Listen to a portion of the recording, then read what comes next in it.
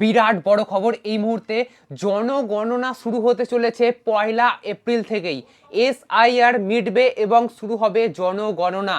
এই জনগণনায় আপনাদের বাড়ি বাড়ি কিন্তু লোক আসবে এবং তারা 33টা, হ্যাঁ ঠিক শুনছেন, মোট 33টা প্রশ্ন করবে আপনাদেরকে এবং সেই 33টা প্রশ্নের উত্তর আপনাদের সঠিকভাবে দিতে হবে। কি কি সেই প্রশ্ন, কিভাবে উত্তর দেবেন, সেই সমস্ত কিছু আজকের এই ভিডিওতে আমি আপনাদের জানাবো। এছাড়া যদি কোনো নথিপত্র আপনাদের জোগাড় করতে হয়, সেই সমস্ত নথিপত্র কি জোগাড় করতে হবে কি না, সেই সমস্ত কিছু আজকের এই ভিডিওতে আপনাদের জানাবো। লাস্ট জনগণনা হয়েছিল 2011 সালে, আবারও হতে চলেছে 2027 সালে। তো 2027 সালে জনগণনা হবে, তাহলে 2026-এ কেন? দেখুন, এই কাজটা শুরু হবে 2026 সালে, 27 সালে আপনারা ফলটা পাবেন। তো সেই কাজটাই শুরু হতে চলেছে 1 এপ্রিল থেকে এবং এটা নোটিশ দ্বারা, বিজ্ঞপ্তি দ্বারা কিন্তু জানিয়ে দেওয়া হয়েছে। তো চলুন আজকের এই ভিডিওতে আপনাদের জানিয়ে দেওয়া যাক যে কোন কোন প্রশ্ন আপনাদেরকে করবে বাড়িতে এসে এবং সেই প্রশ্নের আপনারা কি কি উত্তর দেবেন। আচ্ছা, কি কি প্রশ্ন করা হবে সেগুলো তো আপনাদের বলছি, কিন্তু তার আগে একটা প্রশ্ন আপনাদের কোথাও খটকা লাগছে না? যে জনগণনা করতে আসবে, সেক্ষেত্রে কজন বাড়িতে আছে এটা বললেই তো যথেষ্ট, কিন্তু 33টা প্রশ্ন কেন? হ্যাঁ, 33টা প্রশ্ন করা হবে কারণ এটা শুধু জনগণনা নয়, এটা বিভিন্ন ধরনের প্রশ্ন করা হবে, যেমন জাতিগত, তারপরে আপনার বাড়িতে কি কি আছে না আছে সে সমস্ত কিছু। তো এইগুলো কেন জানা হবে? যাতে পরবর্তীকালে কোনো রাজ্য সরকার বা কেন্দ্র সরকারের প্রকল্পে এই সমস্ত ডেটা ব্যবহার করা যায় এই সমস্ত প্রকল্প রূপায়ণে। তো সেই জন্য কিন্তু সরকার সমস্ত ডেটা কালেক্ট করবে আপনাদের বাড়ি বাড়ি এসে। এই ক্ষেত্রে সরকারের বিভিন্ন প্রকল্প চালাতে সুবিধা হবে। এবারে যে বিজ্ঞপ্তিটা দেওয়া হয়েছে জনগণনা হবে বলে 1 এপ্রিল থেকে, সেখানে কিন্তু স্পষ্ট বলা হয়েছে এই জনগণনার করার জন্য যে বাড়ি বাড়ি যাবে এবং যে নথিগুলো পাওয়া যাবে, তথ্যগুলো পাওয়া যাবে আর কি, সেই তথ্যগুলো দিয়ে কিন্তু অন্য কোনো কাজে লাগানো হবে না, শুধুমাত্র জনগণনাতেই কাজে লাগানো হবে।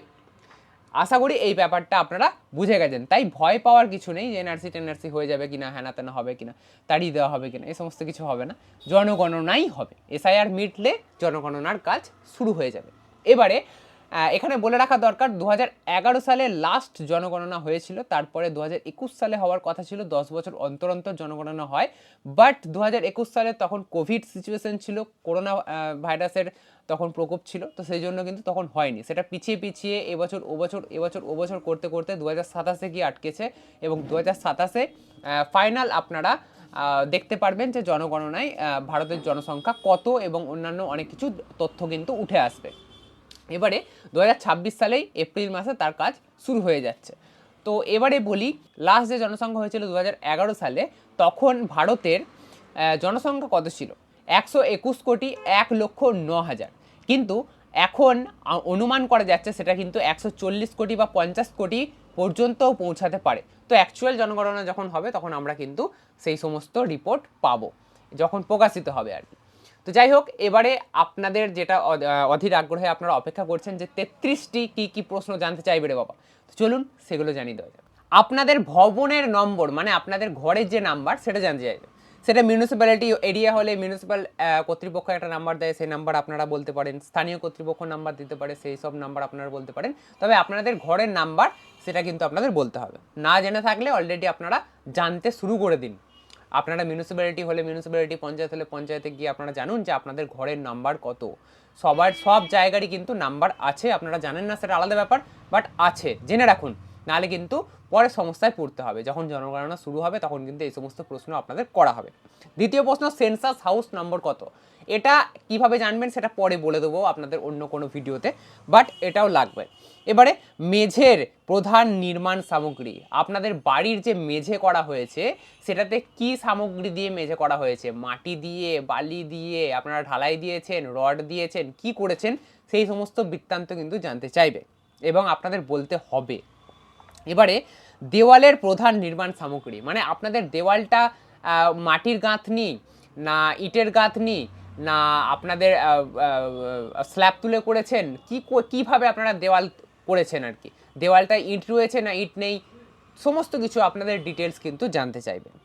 ছাদের প্রধান নির্মাণ সামগ্রী, আপনাদের বাড়ির যে ছাদ তাতে টিন রয়েছে, টালি রয়েছে, অ্যাজবেস্টার রয়েছে না পাকা ছাদ রয়েছে, কি দিয়ে আপনার ছাদটা করেছেন, কি রকম ছাদ রয়েছে, সেটাও কিন্তু জানতে চাইবেন।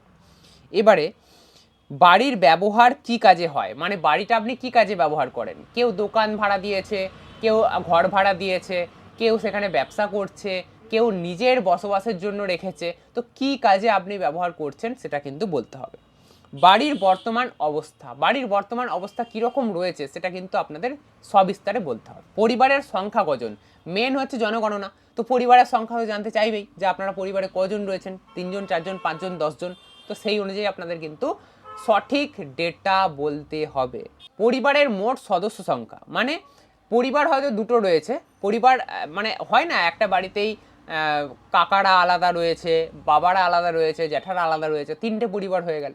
তো 3টে পরিবারে মোট কজন সদস্য, 3টে পরিবারে 3 জন করে হলে 9 জন মোট সদস্য, তো সেইটাই জানতে চাইবে 9 নম্বরে। 10 নম্বরে পরিবারের প্রধানের নাম, পরিবারের প্রধানের নাম এটা আপনাদের বলে দিতে হবে, পরিবারের প্রধানকে। 11 নম্বরে পরিবারের প্রধানের লিঙ্গ কি, মানে সে পুরুষ না মহিলা, সেটাও আপনাদের কিন্তু ব্যক্ত করতে হবে। 12 নম্বরে প্রধান ব্যক্তি এসসি এসটি বা আদার্স কিনা, মানে যিনি প্রধান পরিবারের তিনি এসসি এসটি না অন্য কোনো সম্প্রদায়ের মধ্যে পড়েন, সেটা কিন্তু আপনাদের বলতে হবে। বাড়ির মালিকানা অবস্থা, আপনি ভাড়া থাকেন না আপনার বাড়ি পাট্টা জমিতে, না আপনার বাড়ির মালিকানা অবস্থাটা কি নিজস্ব, সেই সমস্ত কিছু আপনাকে ডিটেলসে বলতে হবে। পরিবারের নিজস্ব কক্ষ সংখ্যা, মানে আপনার বাড়িতে যে পরিবার রয়েছে তার কটা রুম রয়েছে, 2টো রুম রয়েছে, 3টে রুম রয়েছে, 1টা রুম রয়েছে, সেই সমস্ত কিন্তু ডিটেলস বলতে হবে। পরিবারের বিবাহিত দম্পতির সংখ্যা, মানে কোনো পরিবারের বাবা তার 2টো ছেলে, তো দুজনই বিবাহিত, তো সেই বিবাহিত ব্যক্তিদের সংখ্যা কটা সেটাও কিন্তু বলতে হবে। 16 নম্বরে পানীয় জলের প্রধান উৎস, আপনারা সরকারি কল থেকে জল নেন না আপনাদের টিউবওয়েল রয়েছে, না আপনারা সাবমার্সিবল চালান, সেই সমস্ত কিন্তু ডিটেলস আপনাদের বলতে হবে। মানে ঘরে যে আলো বাতাস ঢোকে তার প্রধান উৎস কি, ইলেকট্রিসিটি, সোলার সিস্টেম, না সূর্যের আলো, না কি, সেই সমস্ত কিন্তু ডিটেলস বলতে হবে। শৌচাগারের সুবিধা আছে কি না, অনেক বাড়িতে এখনও পর্যন্ত শৌচাগারের সুবিধা নেই, তো সেটা আপনাদের বলতে হবে সুবিধা আছে কি নেই। শৌচাগারের ধরন কীরকম, কুয়ো না ট্যাঙ্কি, কি সিস্টেমে শৌচাগার, সেটা কিন্তু আপনাদের বলতে হবে। বর্জ্য জল নিষ্কাশন ব্যবস্থা, জল আপনাদের বাড়ি থেকে যে ড্রেন আর কি, ড্রেন সেই ব্যবস্থা আছে কি নেই, সেই সমস্ত ডিটেলস কিন্তু বলতে হবে। 22 নম্বরে স্নান ঘরের সুবিধা, আপনাদের বাড়িতে স্নান ঘরের সুবিধা আছে কিনা সেটা বলতে হবে। 23 নম্বরে রান্নাঘর ও এলপিজি বা পিএনজি সংযোগ, রান্নাঘর রয়েছে কিনা আপনাদের বাড়িতে, এবং সেই রান্নাঘরে গ্যাস, রান্না করার যে গ্যাস, সেই গ্যাস উপলব্ধ রয়েছে কিনা, কোথাও পাইপ লাইনে রয়েছে, কোথাও সিলিন্ডার রয়েছে, উপলব্ধ কিভাবে রয়েছে, কোন সিস্টেমে রয়েছে, সেটা কিন্তু আপনাদের বলতে হবে। রান্নার প্রধান জ্বালানি, কেউ কাঠের জালে রান্না করে, কেউ কয়লার জালে, কেউ গ্যাসে, কেউ ইলেকট্রিসিটিতে, তো রান্না কিসের মাধ্যমে হয় সেটাও কিন্তু আপনাদের জানতে চাইবে। রেডিও বা ট্রানজিস্টার, 25 নম্বরে রেডিও বা ট্রানজিস্টার আপনাদের আছে কিনা সেটা জানতে চাইবে।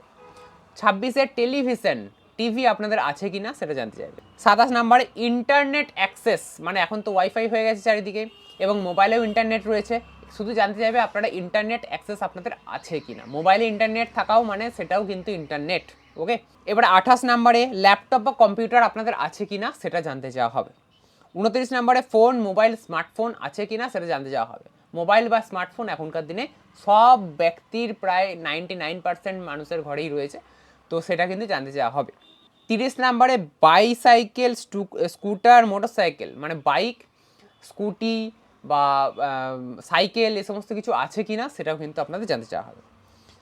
31 নম্বরে গাড়ি, জিপ বা ভ্যান, মানে 4 চাকার কথা বলা হচ্ছে, সেই সমস্ত কিছু আছে কিনা, বা ভ্যান 3 চাকার যে সমস্ত মালবাহী গাড়ি, সেই সমস্ত কিছু আপনাদের আছে কিনা, সেই সমস্ত কিছু বৃত্তান্ত বলতে হবে। 32 নম্বরে পরিবারের প্রধান খাদ্যশস্য, মানে আপনারা প্রধান খাদ্যশস্য কি, যেমন আমাদের ভাত প্রধান খাদ্যশস্য, কোথাও কোথাও রুটি, হ্যাঁ, তো সেই হিসাবে আপনাদের বলতে হবে পরিবারের প্রধান খাদ্যশস্য কি।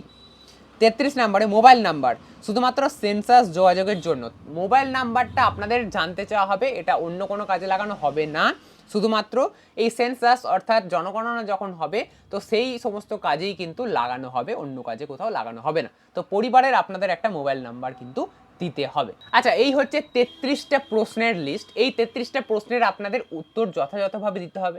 যদি আপনাদের কোনো প্রশ্নের উত্তর আপনারা না জানেন বা ভাবছেন কি বলবো না বলবো, তাহলে ভেবে নিন। 1 এপ্রিল থেকে শুরু হবে, তো এখন অনেক সময় রয়েছে, ভেবে রাখুন। আপনাদের কিন্তু এই সমস্ত প্রশ্নের উত্তর দিতে হবে। এবারে বলি খুব ইম্পর্টেন্ট কথা, এই সমস্ত যে তথ্যগুলো আপনাদেরকে জানতে চাওয়া হবে বাড়ি বাড়ি গিয়ে, সেই সমস্ত তথ্য লোকাবেন না।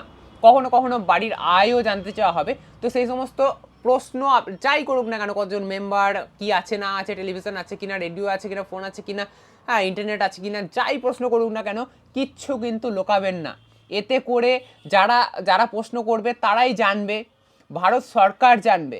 এতে করে আপনাদের একটুও ক্ষতি হবে না, বিশ্বাস করুন। জাস্ট জনগণনার কাজে লাগানো হবে এবং ভবিষ্যতে এই তথ্যগুলোকে অন্যান্য প্রকল্প রূপায়ণে কিন্তু কাজে লাগানো হবে। এক্ষেত্রে যদি আপনি ভুল তথ্য দেন, তবে কিন্তু জনগণনা ভুলভাবেই হবে। তো আপনাদের উপরে সমস্তটা ডিপেন্ড করছে। আপনাদের বাড়িতে সবাই সবসময় থাকবে না, যিনি থাকবেন তাকে বলে রাখবেন যে এই সমস্ত তথ্য যেন তারা সঠিকভাবেই দেয়, তবেই কিন্তু রিপোর্ট সঠিক আসবে। এবারে আপনি একজন ভারতের সচেতন নাগরিক, তো সচেতন হয়েই আমরা এই রিপোর্ট যাতে সঠিক আসুক তারই আশা করব, এবং তার জন্য যা যা হেল্প করার সরকারকে তা আমরা করব বলেই আশা করছি। আপনাদের কাছে এইটুকুনি অনুরোধ যে আপনারা যারাই এই তথ্যগুলো দেবেন, বাড়ির যে মেম্বারই হোক না কেন, তাকে কিন্তু বলে রাখবেন যে তারা যেন সঠিক উত্তরটাই দেয়। এতে বিশ্বাস করুন আপনাদের একটুও ক্ষতি হবে না, কোথাও আপনাদের লক্ষ্মীর ভাণ্ডারের নাম কাটা যাবে না, ব্যাংক থেকে আপনাদের কেউ টাকা নিয়ে চলে যাবে না, আপনাদের কিচ্ছু হবে না।